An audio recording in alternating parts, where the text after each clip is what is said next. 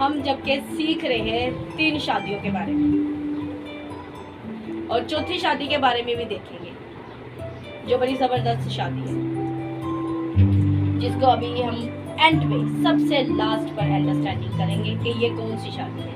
अभी हम देखते हैं कि पहली शादी देखी है जो खुदावन की मर्जी में। अब हम देखेंगे जो शैतान चाहता है हमारी शादी हो, वो देखते हैं कौन सी है। 2 भाइयों में से हमने देखा है, पहले हमने देखा इसहाक के बारे में, अब हम देखते हैं इसहाक के बच्चों के बारे में।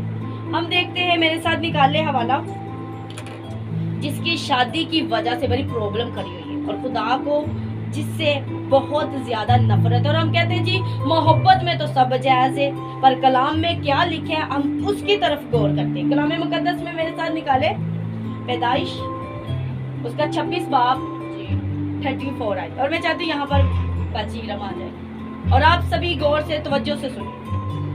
यहाँ खुदावंद की जिंदगी बख्श कलाम में से आज का कलाम हमारे लिए।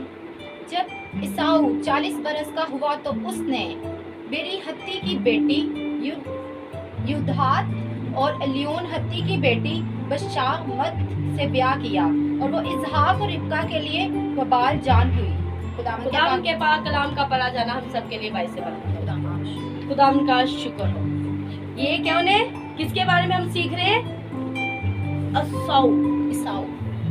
ये इसहाक का बड़ा बेटा है, जबकि खुदा कहता पलोठे मेरे। पहले इसने अपना पलोठे होने का हक बेच दिया, अब यहाँ पर इसने खुदा की जो इसके लिए खुदा ने इब्राहिम का जोड़ा खुद बनाया है, इसके बाप का खुद जोड़ा बनाया, यहाँ तक कि खुदा ने इसका जोड़ा भी खुद बनाना था। पर लिखा है कि इसने कौन से मबूतों में शादी की? गैर कौमों में इसने ब्याह किया।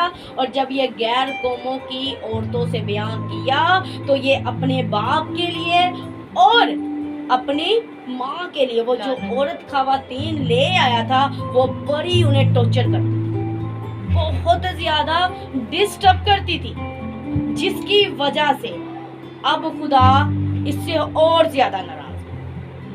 पहली इसने अपने हक होने का हक क्या बेच दिया? पलोठे होने का हक बेचा। फिर इसने गैर कौमों में क्या की? शादी की। ये 40 बरस का था, ये इसकी ये समझो कमजोरी बन गई थी। इसे पसंद अगर आती भी थी तो गैर मजहब की आती थी। कलाम में जबकि लिखा हुआ है अस्तिशना उसका 22 बाब और उसकी 31 आई, उसमें लिखा है खुदा को नफरत है। क्या है जी? नफरत है। वो अदालत में लाएगा जब हम गैर कौमों से ब्याह करते हैं। क्यों खुदा ने इससे बोला कि मुझे नफरत है? इस्तिशना में वो बोलता है यहाँ तक कि जब हम गैर कौमों की बेटियों से ब्याह कर लाते हैं तो कलाम कहता है कि तूने मुझे छोड़ दिया, क्योंकि उनके खुदा तेरे लिए अजीज हो गए। क्योंकि जब हम देखते हैं ये मिस्टेक बहुत से लोगों से हुई है। एक बंदा तो ऐसी खवातीनों में फंसा रहता था, समसून, वो खुदा का क्या था? मंसूर था। वो भी क्या करता था? उनका दिल भी गैर कौमों पर आता था। ये शैतान की मर्जी है, ये खुदा की मर्जी नहीं है। जब आपके बच्चों की शादी गैर कौमों में हो जाती है या ऐसे मजहबों में से ले आते हैं तो आप जान जाए कि ये किसकी शादी है? शैतान की। आप उसको ये नाम नहीं दे सकते कि ये खुदा की मर्जी थी, बस जी उत्तो लिखियां जोड़ियां आइयां। नहीं, ऐसा बिल्कुल ही नहीं है। मैं भी ऐसा समझती थी, नहीं जी किताब में लिखा हुआ पहले ही हमने। नो, हम खुद अपने लिए बर्बादी चुनते हैं और इसने अपने लिए खुद ये वाला रास्ता चुना। आगे हम देखते हैं, एक और शख्स के बारे में बात करते हैं जिसने उसको पसंद ही कौन सी आती? गैर कौमों की। अब देख ले, अब मिसाल के तौर पे आपको मुस्लिम देखे, उनके कलर बड़े वाइट लगते हैं, ऐसा ही है खूबसूरती। और कोई चाइना की देख लो, इस तरह की देख लो तो उनको बड़ी, तो ये इनकी कमजोरी बन गई थी। समसून की क्या बन गई थी? कमजोरी। और उसकी माँ ने कहा कि तुझे क्या हमारी मुल्क में, हमारी कौम में कोई लड़की पसंद न आई? क्योंकि खुदा ने मना किया हुआ था। क्योंकि जब आप गैर मजहब से ले आते तो सारी बर्बादी, लानत आपके बच्चों पे ठहरती। वो कंफ्यूज रहते कि अब हमने किस खुदा की इबादत करनी, शैतान की करनी है या खुदा की। कलाम हमें इस बारे में कहता है, बस मैं हूँ तेरा खुदा। अब हम देखते हैं समसून इसने भी शादियां की गैर कौमों में, और उसी गैर कौम की खवातीन ने फिलिस्तीनियों में इसने क्या की, फिलिस्तीनियों में उधर के लड़के, उसी ने इसको क्या करवाया, मरवा दिया दलाला ने। वो इसकी महबूबा थी। इससे पहले भी जो इसने शादी की वो भी गैर कौम की थी, और जहां इसके माँ बाप चाहते थे इसने वहां एग्री नहीं होने दिया, इसने माना ही नहीं। इसकी ये कमजोरी बन गई होती। आगे हम देखते हैं एक और जिंदगी है जिसने लव मैरिज की और उसके बच्चों के लिए कितनी ज्यादा तकलीफ पड़ी। अभी हम देखते हैं इस पर कलाम में लिखा है, जब तू गैर कौमों में शादी करता है तो तू मेरी कद्दूसियत को क्या करता है, रद्द करता है, उसे तकलीफ पहुंचाता है। अब देखें, जब हम इस बारे में सोचे तो क्या आप मानते हैं एक शख्स ने और काम गलत किया था। आप जानते हैं वो कौन था? यस, सुलेमान बादशाह। उसने बहुत सी गैर कौमों की क्या की, मजहबों की, हर यहाँ तक हर कौम की उसने बीवी ना कौम की औरत से ब्याह किया, और हर एक कौम की ना औरत के लिए ना उनका खुदा बना दिया। उसको खुदा ने उससे बिल्कुल दूर हो चुका। अभी देखें वो कितना अक्लमंद था, पर उसमें वो अकल काम कर रही थी, पर जो खुदा चाहता था पर उसने वो नहीं किया। क्यों खुदा चाहता है कि आप उसकी पसंद की शादी करो? क्योंकि वो आपको खुदा के पास लाएगा। नजात याफ्ता से शादी करनी बहुत जरूरी है। कलाम हमें इस बात का कहता है कि अगर कौन सा आयत लिखे, ना जुए में हम जुए में मत जूतो, यानी कि एक खेत में एक लगा लो गधा लगा लो और एक घोड़ा लगा लो, क्या वो इकट्ठे चल सकते? नहीं। दोनों के लिए, यानी कि अगर खेत में काम कराना या तो घोड़ा ही हो या तो गधा ही, दोनों की जोड़ी होनी चाहिए। तो फिर आप क्या कह सकते हो, एक हो खुदा परस्त और दूसरा हो शैतान। क्या वो कहेगा कि आप खुदा की इबादत करो, क्या मीटिंग्स पे जाओ? नहीं। क्यों खुदावन हमें कहता है कि जब तू अपने बच्चों के लिए जोड़ा कोई भी लो, खुदा परस्त होनी चाहिए। आज जिंदगी क्यों तकलीफ में? पहली बात है कि हमारे मसीहों में भी लोग रहते हुए नजात याफ्ता नहीं है, खुदा से दूर है, और सारा प्रॉब्लम पता किन पर आ रही है? बच्चों पर आ रही है। अभी एक शादी का जिक्र आपके साथ करना और जरूरी है। वो खतून बड़ी खतरनाक थी, वो खतून बड़ी चालबाज थी, झूठी थी। अभी अब उसके बारे में देखेंगे। पर खुदा जो लड़का था जिससे प्यार करता था, उसकी वजह से उसकी बीवी पर भी क्या होता था, रहम होता था। आइए हम देखते हैं एक शख्स की और की जिंदगी के बारे में, और मेरे साथ निकाले इसी का ही भाई है। कौन है? इसी का भाई यकूब है। मैं देख रही हूँ आप पूरे टाइम पर हम अपने इस मैसेज को ऑफ करेंगे। मेरे साथ निकाले इसका 29 बाप और इसकी 18 है। वहां पे हम देखेंगे कि इस शख्स ने, ये है कौन सी शादी? Love marriage. ये कौन सी है? पहली खुदा की, दूसरी शैतान की, ये तीसरी जो ना हमारी अपनी रजामंदी। ये है 29 बाप और उसकी 18 है। ये जरा अपने गौर से सुनना है, क्योंकि अभी हमारे अंदर ये वाली भी शादियां चल रही हैं। पहली गैर कौमों वाली हमने देखी है, क्योंकि हमारी बेटियां भी बहुत सी गैर कौमों में फंसी हुई है कि नहीं? वो कहती करते तो हम खुदा, देखिए इंसान खुदा नहीं बनाए हैं, पर खुदा कहता है कि तू ना उनकी बेटियां गैर कौमों की लेकर आना, ना अपनी ये बेटियां गैर कौमों को देना।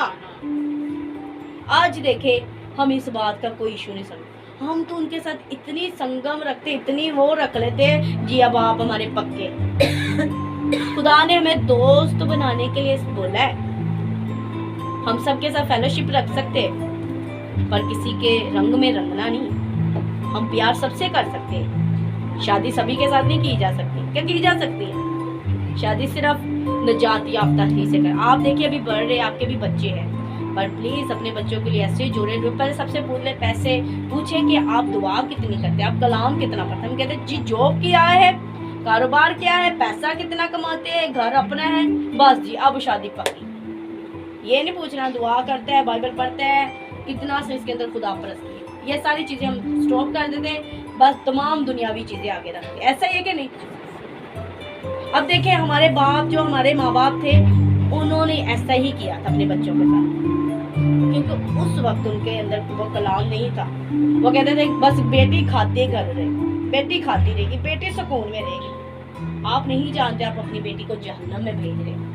जो उसमें से बच्चे होंगे, नस्लें होंगी, वो भी किस में जाएगी? जहन्नम के लिए। आए हम देखें एक और शादी के बारे में, और मैं चाहती हूँ फिर हम यहाँ पर आकर स्टैंड खड़ी हो जाएं, क्योंकि हमने आप बहुत सी आयतें अभी पढ़नी है।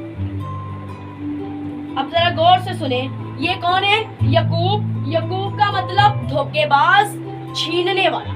कौन सा मतलब इसका है? धोखेबाज और छीनने वाला, ये इसके नाम का मतलब। इस शख्स ने देखो किस काम के लिए कितनी मेहनत की। आगे देखिए इसके लिए। यकूब राहल पर फिक्या था और उसने कहा कि तेरी छोटी बेटी राहल की खातिर मैं 7 बरस तक तेरी खिदमत करता रहूंगा। खुदा के पाक कलाम का पढ़ा जाना हम सब के लिए खुदा का शुक्र। यहाँ पर लिखा है कि जो यकूब था उससे क्या होगी? राहब से मोहब्बत होगी, और वो कहता है मैं तेरी छोटी बेटी के लिए क्या करूंगा? खिदमत करूंगा, राहब के लिए। और क्या करते हैं? उसने कितने महीने खिदमत की? 7 बरस खिदमत की, 7 साल। अब यहाँ पर ये जो धोखेबाज था, वहाँ पर ये जो यहूदियों की रस्म थी, वो पहले बड़ी का करते थे, फिर छोटी का नंबर आता था। वो कहते हैं हमारे में ये असूल नहीं है। जबकि देखे खुदा जो चीटरों के साथ ना, उनके साथ भी एक बड़ा चीटर मिलता है। अगर वो समझता ना मैंने धोखा दिया तो मुझे कोई आगे से धोखा नहीं दे। धोखेबाजों को लाजमी ऐसा होता है कि उनसे भी बड़ा एक धोखेबाज उनको मिलता है। अब जो लाबर था, इसका मामा, इसने भी इसके साथ क्या किया? धोखा किया। इसका दिल आया राहब पर, और इसने अपने बेटी लिया का ब्याह यकूब के साथ किया। इसने कहा ठीक है तू मेहनत कर, क्या कर? मेहनत कर, मैं तेरा ब्याह इसी से कर दूंगा। अब क्या होती है, रात का वक्त होता है, उस वक्त ये पहली शादी है जो रात के वक्त में की गई थी। इसने अपनी बेटी का घूंघट निकाला और इसके साथ ब्याह कर दिया। क्या कर दी? शादी कर, ब्याह कर दिया। अब जब ये देखता है, सुबह होता है तो देखता है जी कुछ और ही निकला है। ये कहता मामा तूने मेरे साथ धोखा किया। वो कहता जी हमारा असूल है कि हम छोटी का पहले नहीं कर सकते, हमने बड़ी का करना है। उसने कहा मैंने क्या करना, मैंने वो उसी से करना है। उसने कहा चल ऐसे कर, तू 7 साल और मेहनत कर। कितनी? 7 कितनी बन गई? 14 साल हो गए ना। अब देखे एक शख्स ने किसके लिए? एक उस खतून के लिए 14 साल क्या की? मेहनत की, इंतजार किया। पर आपने ऐसा करना, इसका रिजल्ट अभी मिलेगा। क्या क्या ये करती है, इसकी वजह से, इस खतून की वजह से भी बड़ी तकलीफें का सामना करना पड़ा। इसकी वजह से इसको 4 बीवियां करनी पड़ी। कितनी करनी पड़ी?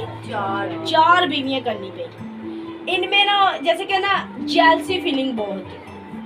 पर यकूब क्या करता था, इसके इश्क में इतना दीवाना हो गया था कि जब इसने, इसके मामा ने शादी इसकी राहब से कर दी, ये दूसरी को पहले को पूछता ही नहीं था। उसके तरफ इसका ध्यान बंद होगा। खुदा ने कहा अच्छा, उसका रहम ही बंद कर दिया। अब इसने क्यों ऐसा खुदा ने किया? क्योंकि खुदा की प्लानिंग थी ना, कुछ थी। क्योंकि खुदा चाहता था कि जिस तरह रबाइका थी ये उस तरह नहीं थी। ये खुदा को नहीं जानती थी, राहब खुदा को नहीं जानती थी। समझो ये भी एक ऐसी थी। पर प्यार कहते हैं ना अंधा होता है। इसको राहब के प्यार में इस कदर दीवाना था, इसे कुछ नजर नहीं आता था। आज भी ऐसे ही लोग हैं। आप अगर दीवाने हो तो यस्सु के दीवाने हो, अगर मेहनत करनी है तो मसीह यस्सु के लिए करें। आगे हम देखते हैं इसी का ही मैं ना हवाला निकाल लेती हूँ में से। हम देखते हैं कि इसने बहुत सी चालाकियां की, झूठ। और इस खतून में क्या क्या बातें पाई जाती है? ड्रामेबाजी पाई जाती है, झूठ पाया जाता है, और ये गैर मबूतों को मारने वाली, इसके अंदर ये क्वालिटी है। अभी आप देखेंगे कि ये कैसे झूठ बोलती थी और सच्चाई से बोलती थी।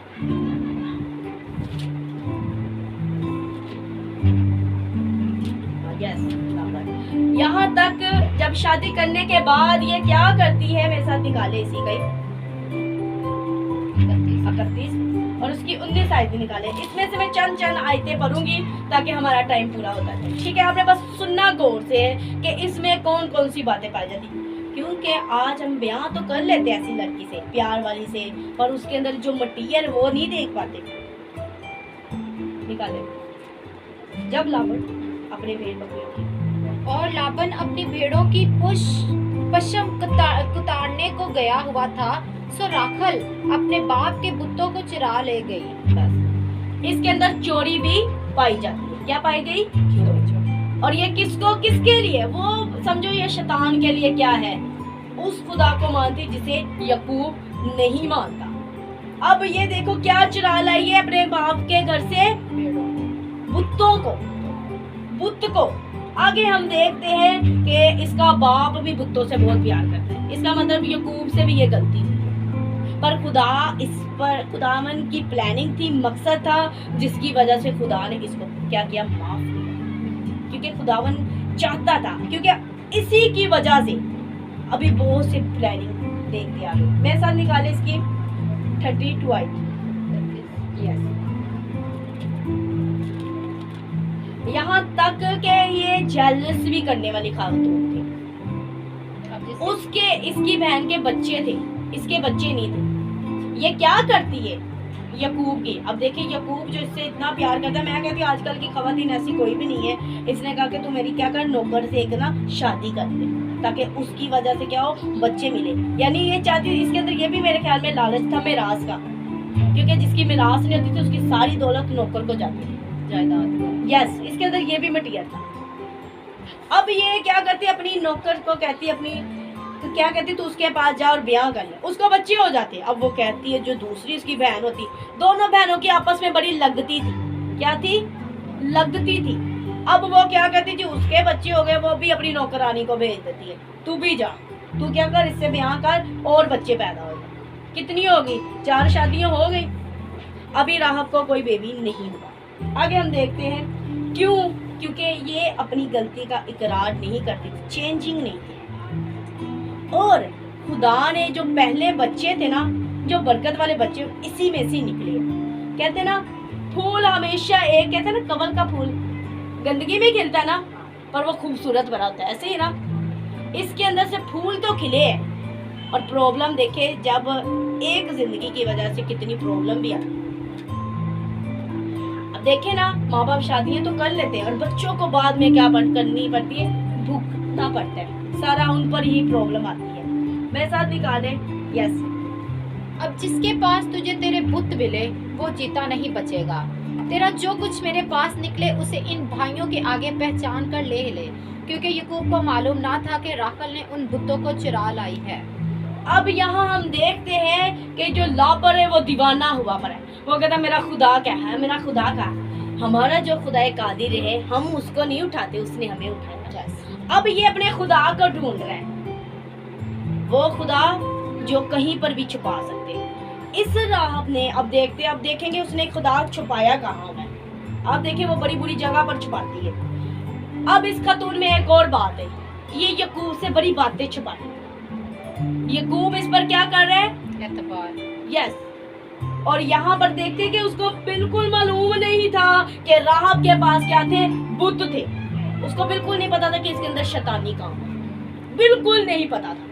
आगे हम इसी की आयत में देखते हैं 34 राहब की। अब देखिए वो इतनी ऐसी बात बोलेंगी जो आपको अच्छी नहीं लगी। इसी का हमने पढ़ना है। पहले आप 34 पर फिर एक एक आयत के साथ तशरीह करते हैं। और राखल उन बुतों को लेकर और उनको ऊंट के खजवाओं में रखकर उन पर बैठ गई थी, और लाबन ने सारे खैमा में टटोल कर देख लिया, पर उनको ना पाया। अब ये देखे किसके ऊपर बैठी है, वो बुतों को छुपाए हुए अपने नीचे रखा हुआ है। पर लाबर क्या था, ढूंढ रहा था कि कहीं से भी वो मुझे मिल जाए, पर वो नहीं मिल रहे थे। यहाँ तक कि अब वो यकूब के पास आता है। आगे भी इसी की आयत पर। तब वो अपने बाप से कहने लगी कि आए मेरे बुजुर्ग, तो इस बात से नाराज ना हो होना कि मैं तेरे आगे उठ नहीं सकती, क्योंकि मैं ऐसे हाल में हूँ जो औरतों का हुआ करता है। सो उसने ढूंढा पर वो बुत उसको ना मिले। अब उसने वो झूठ बोला है, कहती है नीचे रखा, और जब वो खवातीन को वो होता है जैसे कि आप जानते हैं पीरियड्स, जिसकी वजह से वो कहती मैं उठ नहीं सकती, वहां पर उसने क्या रखा है जी, बुत रखा। और वो इस कदर, आप देखें जो खातून इस कदर तक झूठ बोल रही है, कहते ना माँ बाप की गलतियों की सजा बच्चों को क्या करनी पड़ती, भरनी पड़ती। और मैं समझती हूँ ये शायद ये वही सजा है जो यूसुफ को, लाबन को और यकूब को क्या बनी, बननी पड़ी। अब देखिए वो सारी प्रॉब्लम बाद में यूसुफ को फेस करनी पड़ी, क्योंकि खुदावन हमेशा हमें नसीहत लाजमी करता है। आगे हम देखते हैं वो कहती है कि मैं उठ ही नहीं सकती, इस कदर झूठी। ये लव मैरिज का हाल है। अब वो आगे देखते हैं, आगे यकूब का और निकाले। अब उसने इसकी वजह से यकूब गुस्सेदार भी होता है, क्योंकि जबकि कलाम में लिखा है कि इंसान के अंदर जब गुस्सा आता है तो खुदा एंटर नहीं होता। यहाँ तक कि यकूब इतना उससे प्यार करता था, इसके लिए किसी से भी झगड़ा कर लेता था। आगे बढ़े। तब यकूब ने गजबनाक होकर लाबन को मलामत की, और यकूब लाबन से कहने लगा कि मेरा क्या जुर्म और क्या कसूर है कि तूने ऐसी तंदी से मेरा तकाब्बुर किया। अब यहाँ पर ये चिल्ला उठा है, यहाँ पर ये टूटना शुरू हुआ है। अब कह रहा मेरा गुनाह क्या है, क्योंकि जब हम किसी से चीटिंग करते हैं, हमसे भी एक वक्त आता है चीटिंग होती है, हमारे से जो होता है ना अगला पर्सन, वो उससे ज्यादा पावरफुल होता है। अब यहाँ पर इसकी जिंदगी चेंज होनी थी। अब हमने देखा है कि ये वाला बच्चा, अब ये यहाँ पर हम देखते हैं कि इसे गुस्सा आता है, किसके लिए, राहब के लिए, अपनी बीवी के लिए। यस, खुदा ने अभी भी इसकी जिंदगी में क्या करना है, काम करना है। और देखें आगे इसकी मजीद बातें नहीं सीखेंगे, अभी हम सिर्फ शादियों के बारे में सीख रहे हैं कि देखिए इस शख्स ने कितने साल, 14 साल एक खातून के लिए। क्या कभी आपने 14 साल खुदा का वेट किया? क्या खुदा कभी चाहेगा कि आप ये करें? आप यकीन जाने जिस चीज का आप इतना ज्यादा वेट करते हैं ना, आपको प्रॉब्लम भी कहते हैं सब्र में फल है, यस, पर खुदा का सब्र देखें क्या उसमें खुदा की मर्जी है या नहीं। आगे हम देखते हैं कि जब इससे यूसुफ और बिन्यामीन पैदा होते हैं, उसके बाद राहब एंड ये जल्दी मर जाती है, क्योंकि खुदा को इसके अंदर चेंजिंग सी मेरे ख्याल में नहीं नजर आई। अब देखते हैं यूसुफ को खुदा बहुत पसंद करता था, क्योंकि खुदा ने राहब में से यूसुफ को चुना था। बाकियों के जो बच्चे थे उसके बच्चे बड़े बिगड़े हुए थे, पर यूसुफ क्योंकि यकूब इससे बहुत प्यार करता था, यकूब का ध्यान ही इसी की तरफ रहता था, और ये भी यूसुफ और बिन्यामीन से बहुत प्यार करता था। खुदा हमसे हमारी प्यारी चीज भी छीन लेता है, क्योंकि जो चीज हमें खुदावन के पास आने से रोकती है ना, खुदावन चाहता है कि वो हमारी जिंदगी से जाए। आज हमने देखना है कि कौन सी चीज हमें खुदा की मोहब्बत में आने से रोक रही है। पलूस एक बार बोलता है, अगली शादी हम अगली मैसेज पे करेंगे, जो अगली तीसरी शादी सीखेंगे। आज हमने इस 2 शादियों के बारे में क्लियर किया है। शैतान की भी होगी, अब लव मैरिज भी होगी, अभी एक शादी हो रही है, वो है कलीसिया की। किसकी शादी? कलीसिया की। और दूल्हा कौन है? यसू राजा। अब हम उस शादी के बारे में सीखेंगे, उसमें भी शैतान लाजमी एंटर देता है। जिसने जिस्मानी शादी में एंटर दिया, वो रूहानी शादियों में भी क्या करता है, एंट्री देता है।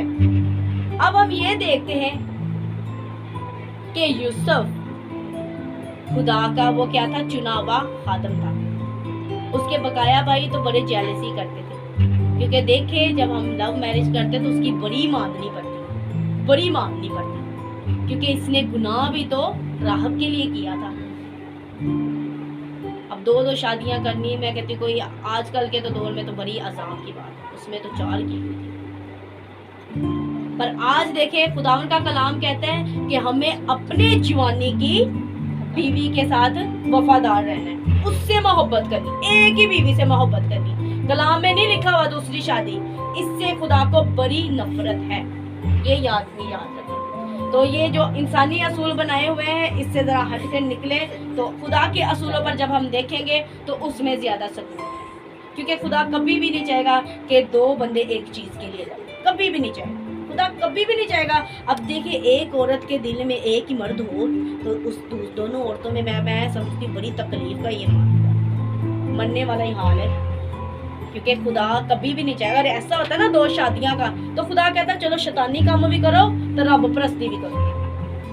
नो वे, क्योंकि खुदा एक शादी को पसंद करता है। इसलिए तो वो कहते हैं कि रास्तबाजी पर आओ, पवित्रतारी में आओ, पकीजगी में आओ।